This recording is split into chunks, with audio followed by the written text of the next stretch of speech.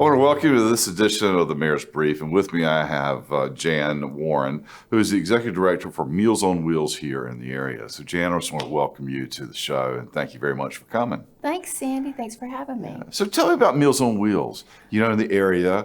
Kind of tell the whole story. How did it get started?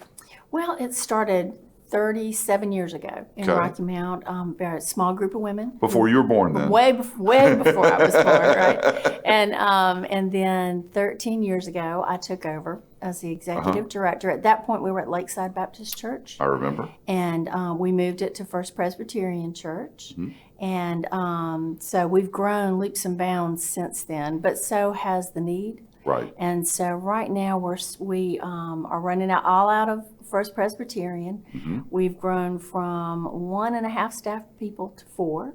Okay. We have over 500 volunteers a month.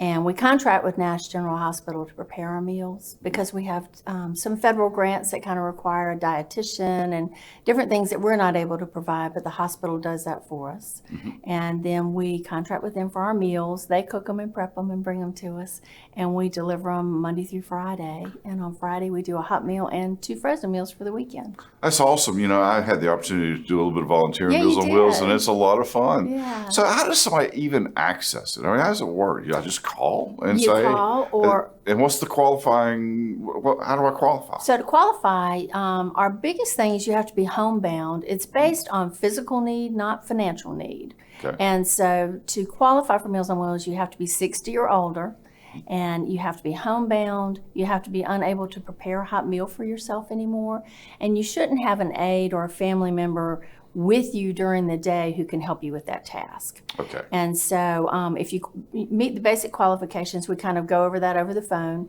Then I'll go out and do an assessment and see if we can get you started. Part of it also is that you have to be within our delivery area, which is we serve the city limits of Rocky Mount. Okay. But as Rocky Mount has grown over the years, there are some areas that we can't quite get to yet. And so we do have a frozen food option that we can do for those people, but we can't get hot food to them.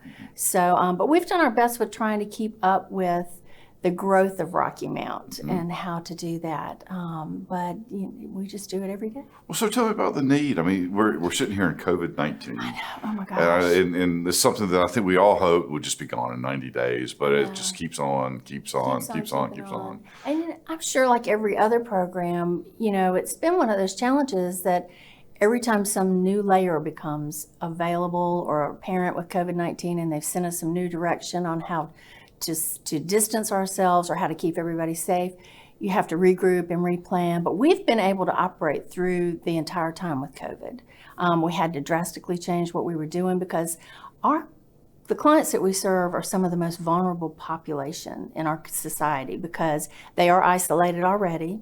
They all have health problems and are older. They're in the high risk group, and then their health problems make them even higher. We have about 15 people who are in their 90s. And so we absolutely want to be safe, deliver this meal in a safe manner, but still give them that nourishment that they need every day.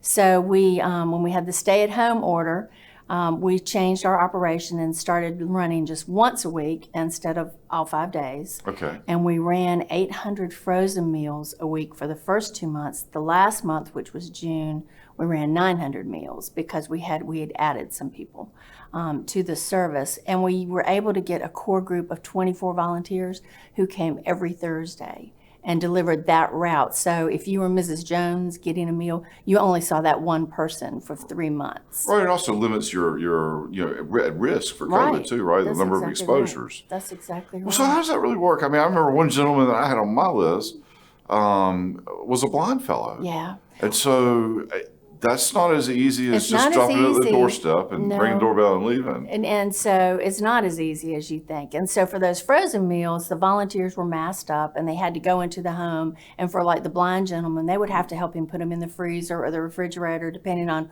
when he was going to use them. He also needed some directions on how to remove the cover on it and everything, which we had worked through with him before. But so he needed a little direction. So everybody wore gloves. until we found out it was better to use hand sanitizer. Then we switched to hand sanitizer. And so we kept altering our plan, but everybody did what the CDD was recommending for us to do when we went out, and we just tried to accommodate each client. So how do you raise, who pays for this? Well, we have several, United Way, Okay. Tar River Region United Way. We're one of their programs. They give us a lot of financial support and just support in general.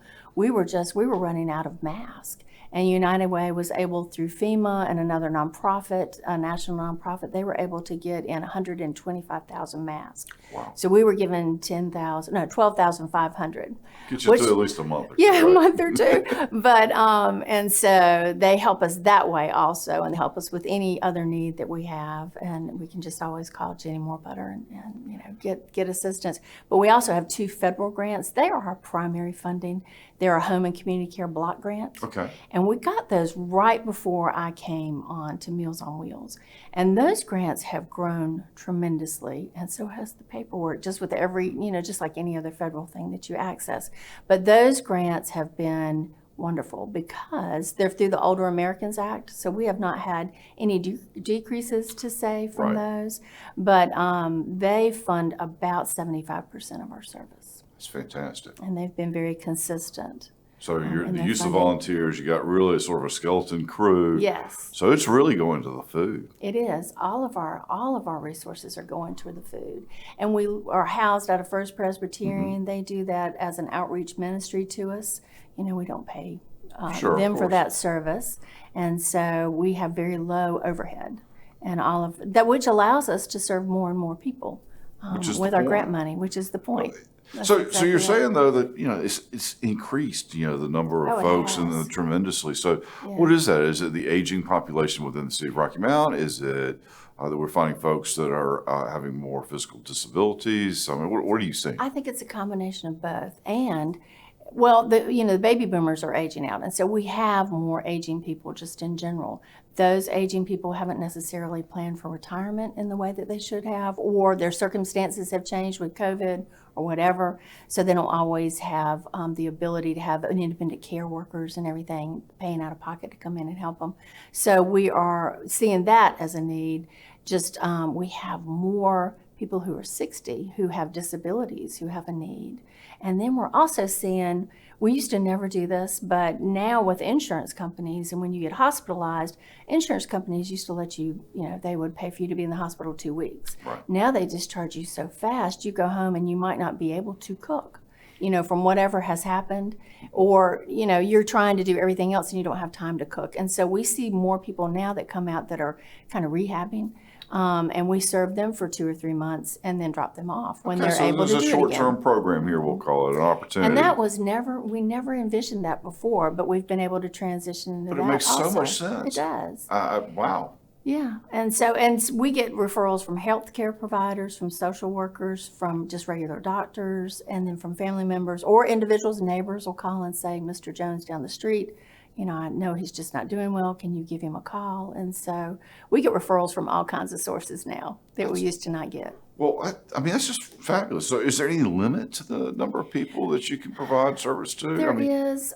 We try to keep as many people as we can on our routes. We have 14 routes. When I started, we had 7. So we've doubled our route increase, which allows us to have between 12 and 14 on a route. Okay. We try to keep a route within a certain amount of time. For delivery's sake, and because we have to meet all kinds of serve safe and sanitation requirements with that meal, because we are delivering a hot meal. So we have to keep it hot the whole time it's out on that route. So it has to be as hot for the first person as the last. And that allows us or makes us have the route a certain length. How do I, pledge my soul to help Meals on Wheels? And Every those week, That's yeah. right. Yeah, every So- week, or especially with the phone tree. I mean, that's. Yeah, I mean, the phone demand tree is for- something anybody can do, really. Right. We don't do background checks on our clients. I mean, on our volunteers, excuse me. But we do an application, and we have some documentation that we require just to make sure these people are so vulnerable. We want Right. to make sure everybody who volunteers usually has a wonderful heart. And so that's the wonderful part about our program. But you can call, you can go on our website, which is MOWRMT, like Meals on Wheels Rocky There you go. Mount.org, or you can Google Meals on Wheels of Rocky Mount. It'll come up. You can get on there. There's an application or an email you can send in to volunteer, and then we'll call you back and go through the steps with you. Usually our volunteers come once a month, and our volunteers deliver all of the meals. Staff just does the background work. Right. And volunteers go out and do the meals with clients and have the interaction. That's great. So now, I know you have block grants, you have funding from the United Way, but if somebody wanted to contribute, how would they go about that? Through the United Way, or they just send you directly the check? They can do it either way. Okay. They can do it through United Way, or they can also contribute directly to us. Okay. And they can do it through our website. There is an online donation, or they can send us a check. The address is, we're at First Presbyterian Church here on Church Street. The address is listed on our website, or they can give us a call and we will get the information to them. That's awesome. It is. All right, now what am I missing?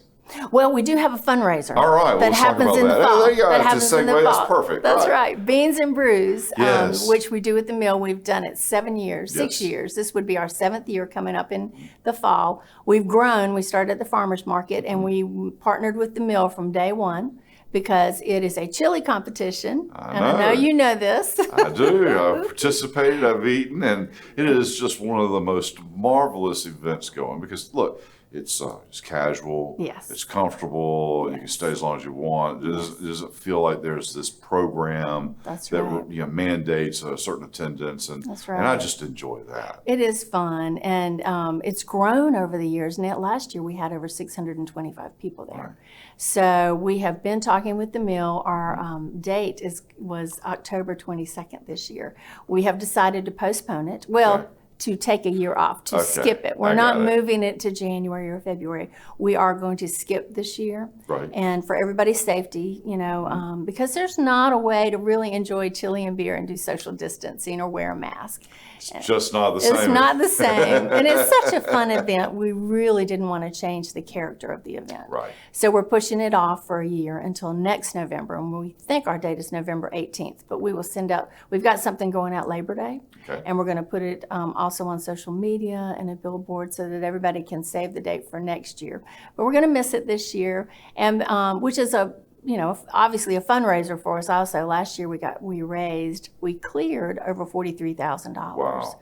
We raised around $46,000. So you need some people to buy some virtual bowls of chili. Yes, and so we are going to send out an ask with our save the date for next year. And if you would like to donate the price of your ticket, Right. we certainly would appreciate that. Just to kind of make up for that, we have gotten some COVID-19 grants, Okay. which have been very useful and helpful. But we also were able to run during, through the whole pandemic. And so we have not had a shortfall in that reimbursement from our big grants. So we are doing all right financially, but we still are going to miss everybody this fall. Yeah, every dollar matters, though. Every dollar Every dollar matters. So. And just because we are breaking even doesn't mean that if we got the money in, if you bought a ticket, it would fund 4 meals.